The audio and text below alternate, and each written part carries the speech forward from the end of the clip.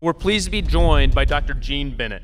Dr. Bennett is the Regional Administrator for the Substance Abuse and Mental Health Services Administration, and she's also the Chair of the Health and Human Services Region 3 Opioid Task Force. Dr. Bennett will be joined by three Tillman scholars in this conversation. Johnny Gilpin, who's a second-year PA student at the University of Oklahoma Health Sciences Center. Leilani Attilo, who is at George Washington University pursuing a Doctor of Nursing Practice degree, as well as Matthew McClett, who's the co-founder and operation director for the nonprofit Action Tank, and he's also a doctorate of public health student at Johns Hopkins University. Again, they will be discussing the opioid crisis, and Dr. Bennett and Tillman Scholars, again, welcome, and thank you for joining us this morning. So this is going to be a conversation so that we can hear from you after we start this dialogue, this very important dialogue that we hope will continue way beyond what happens this weekend.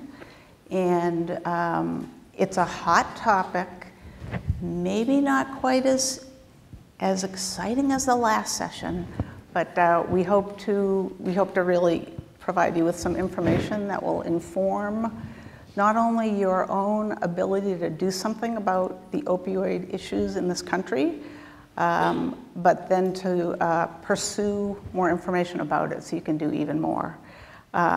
First of all, I want to thank the foundation. I want to thank all of you for being here and thank my panelists for your putting up with me and your preparations. I think what's really key is that the issue that we're going to be discussing impacts every single person in this audience. There's probably some folks in this room that have struggled with a substance use disorder that we may be able to help you sort of get better treatment. So if each of my panelists, Matt, Leilani, and Johnny, if you could just take a minute and tell us why is this topic important to you based on your background? Yeah, so it really wasn't until recently I realized how long the opioid epidemic's been a part of my life. I'm sure a lot of you, like you, I was in high school in the early 2000s when oxycodone was everywhere.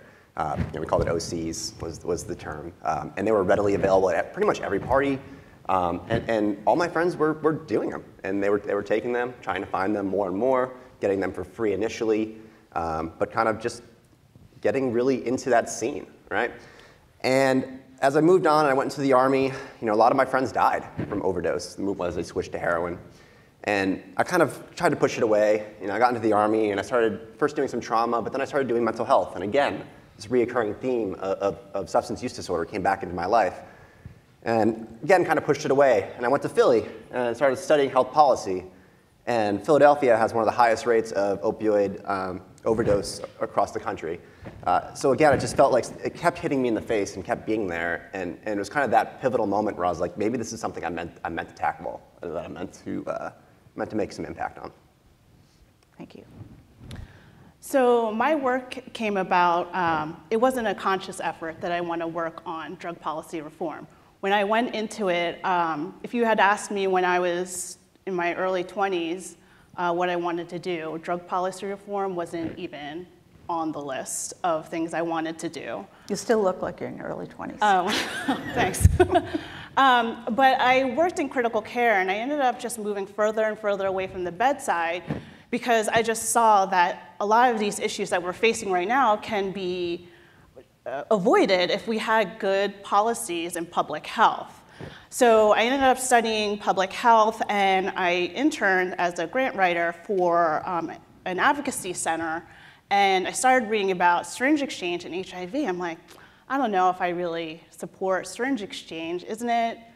I had this knee-jerk reaction, and I looked at the research. I'm like, holy shit, why aren't we doing this more often? Because when we implement syringe exchanges, we're able to reduce the transmission of HIV, viral hepatitis, and other diseases. So then I moved to North Carolina and worked in drug policy reform.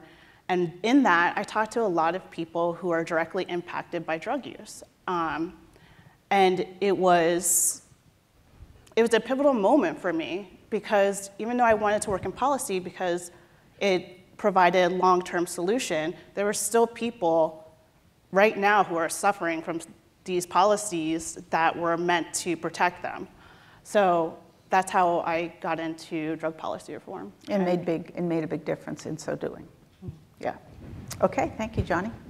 For me, getting into this was kind of done as a favor. I've been a medic for 25 years, so my aspect of drug was show up on scene, you package them up, give them Narcan or whatever, and you go on down the street.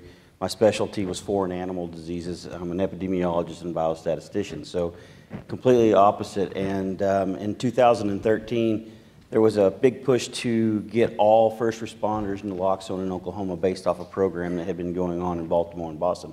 And there was a huge despair about the doctors didn't want it, the lawyers, everybody didn't want it. The only people who could give it at that point in time were paramedics, and they wanted to make it across the board, cops, firemen, and everything else.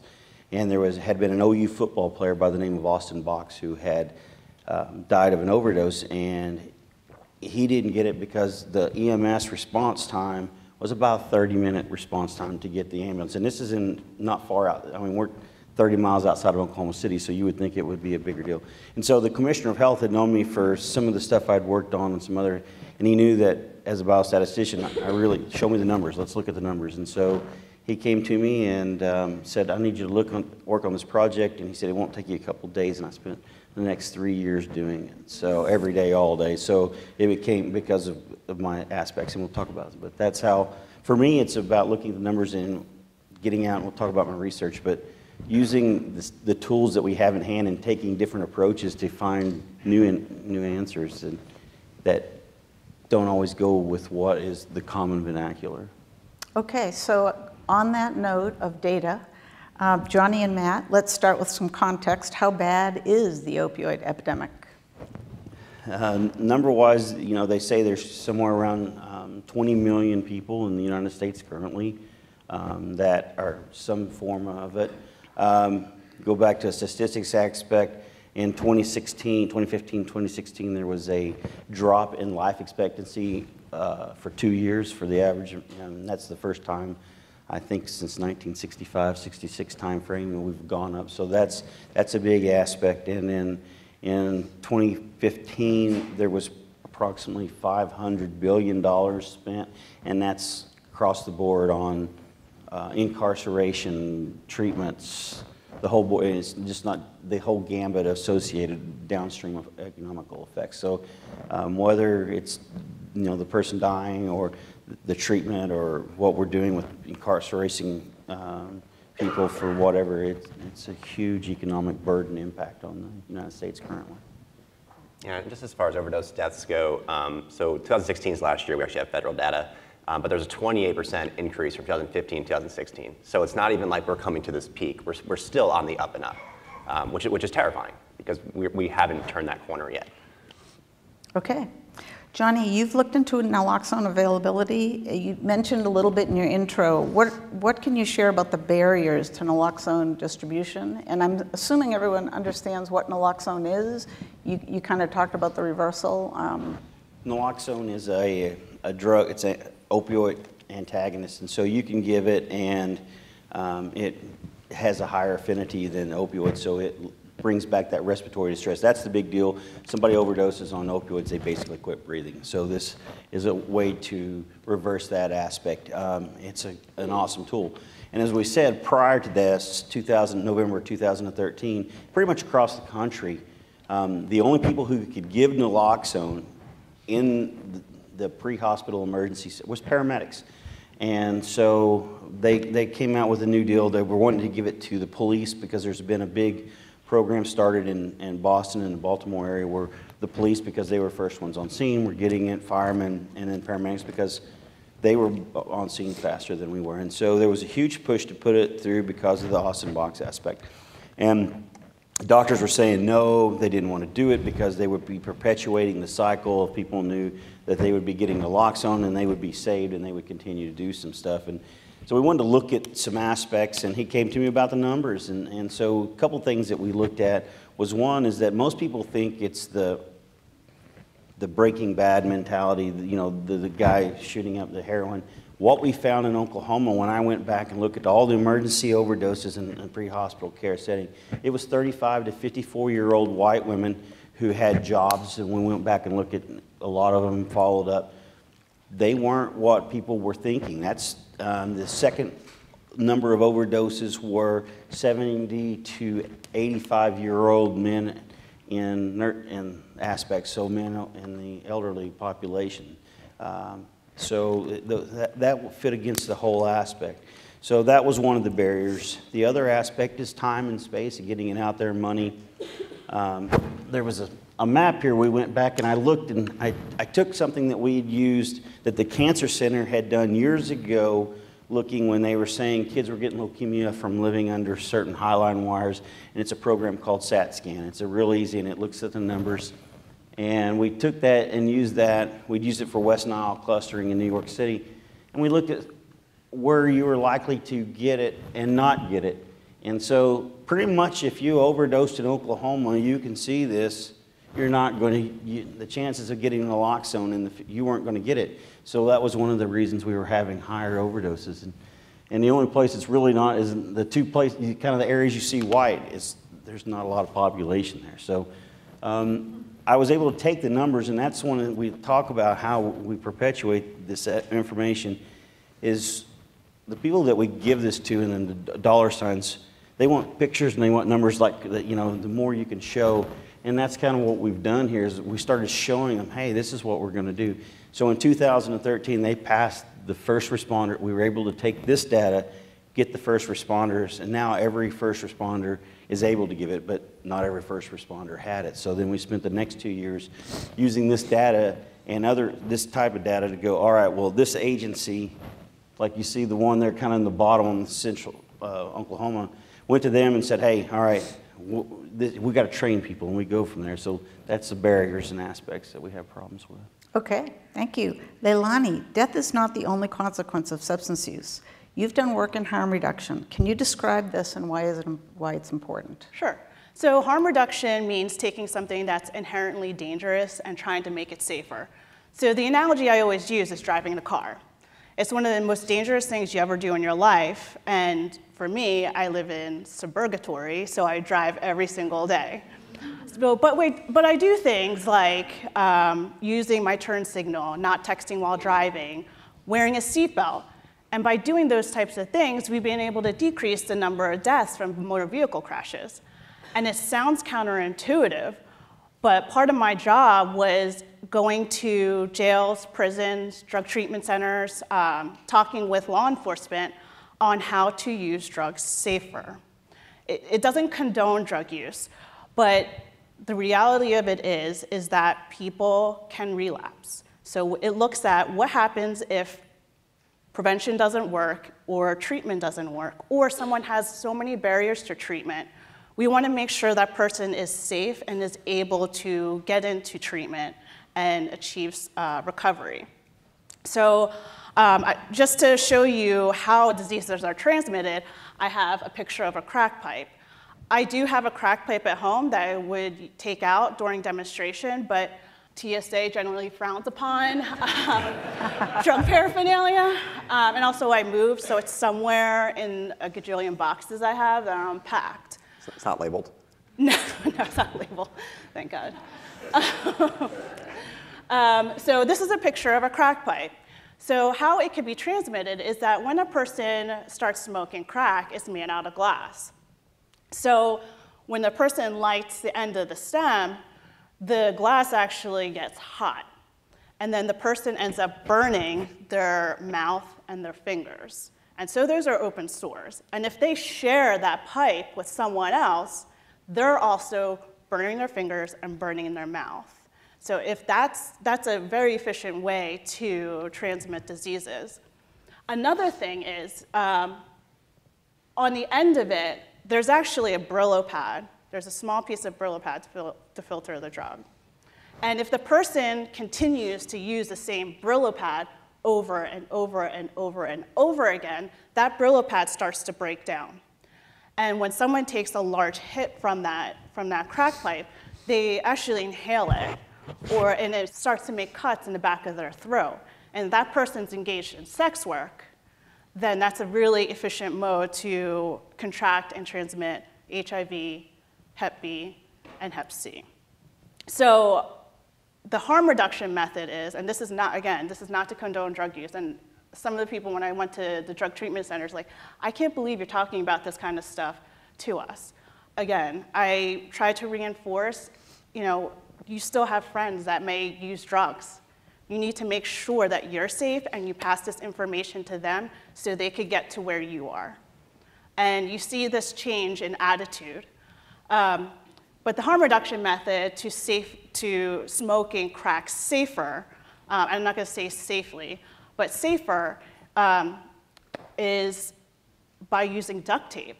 If you didn't need any more reasons for how you could use duct tape, this is another one. You could just take duct tape and wrap the end of the stem so you're protecting your fingers and your mouth.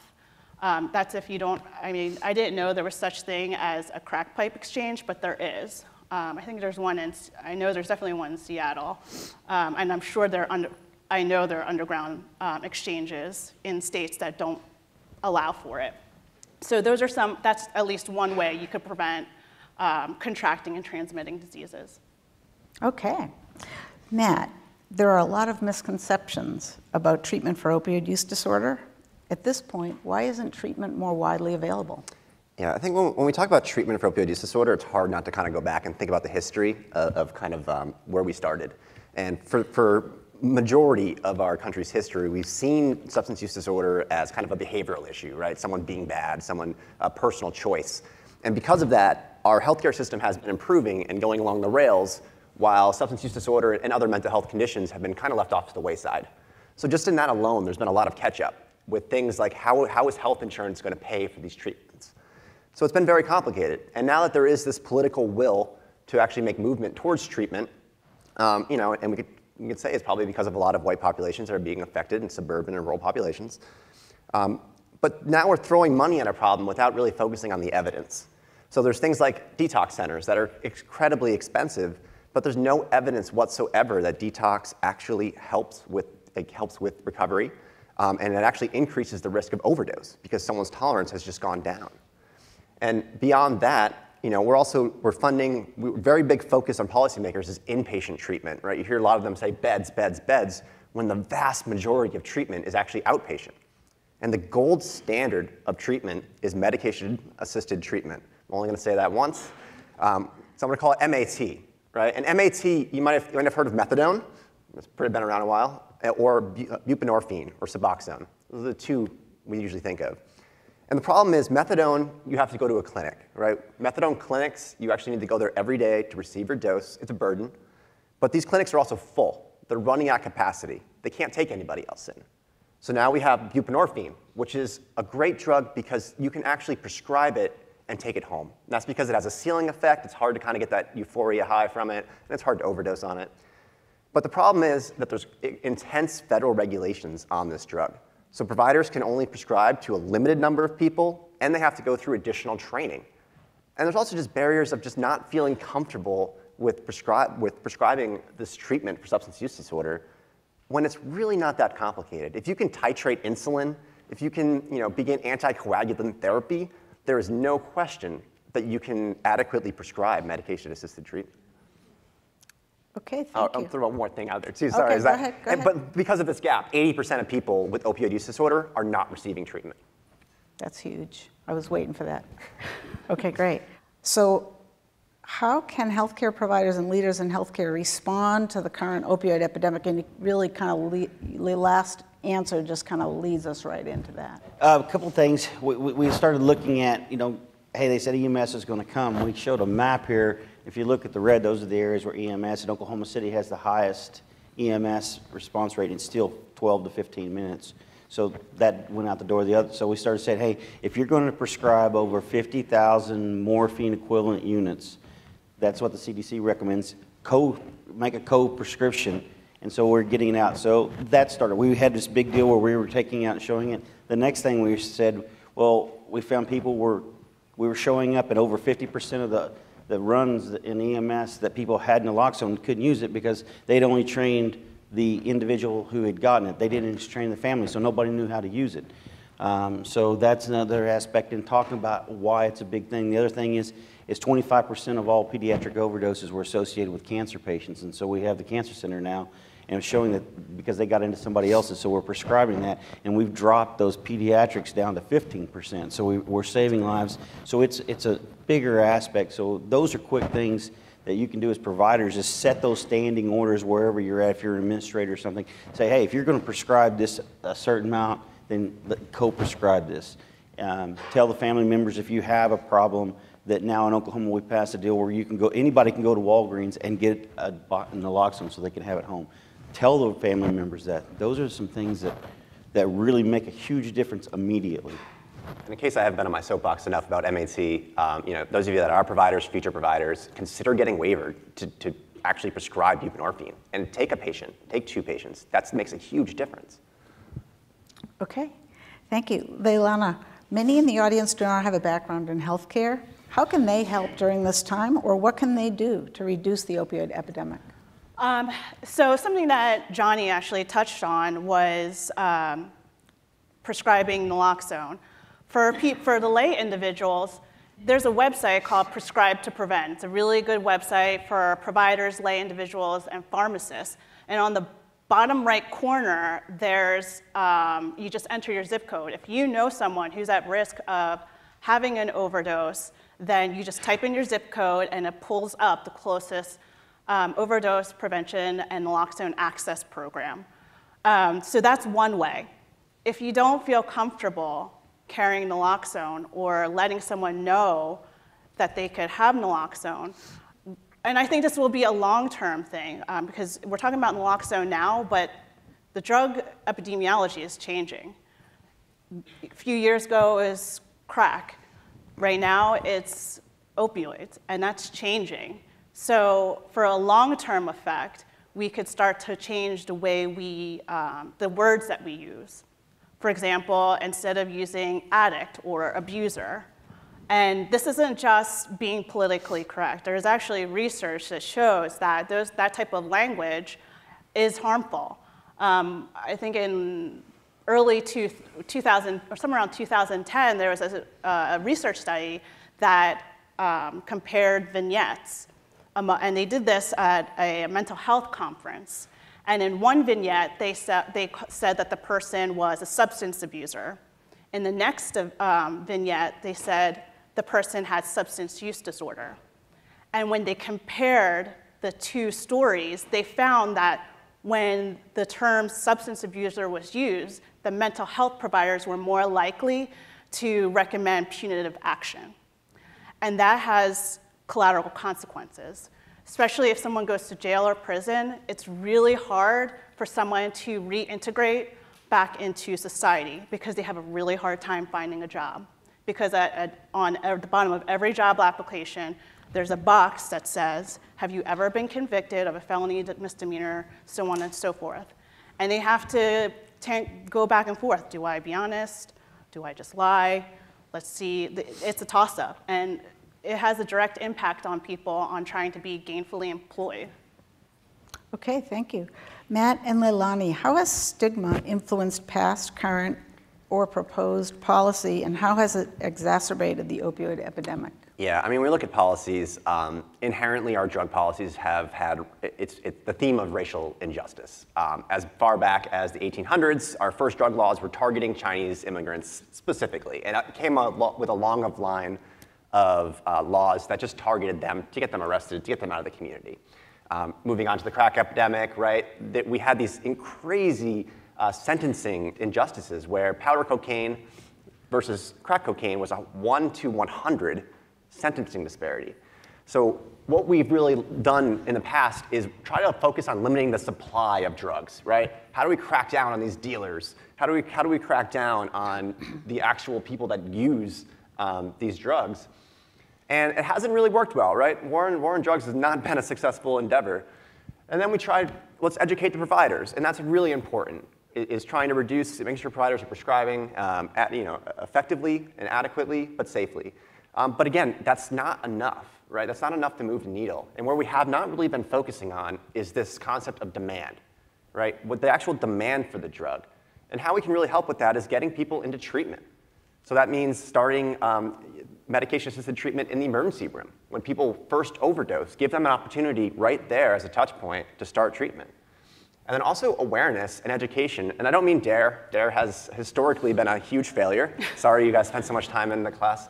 But really being real, I don't think we do a good justice. I don't think we're real with kids, right? When we were growing up, it was weed and heroin were on that same plane, right? It's just say no to them all. And I think because we're not real and had those actual discussions, we did a real disservice to an entire generation.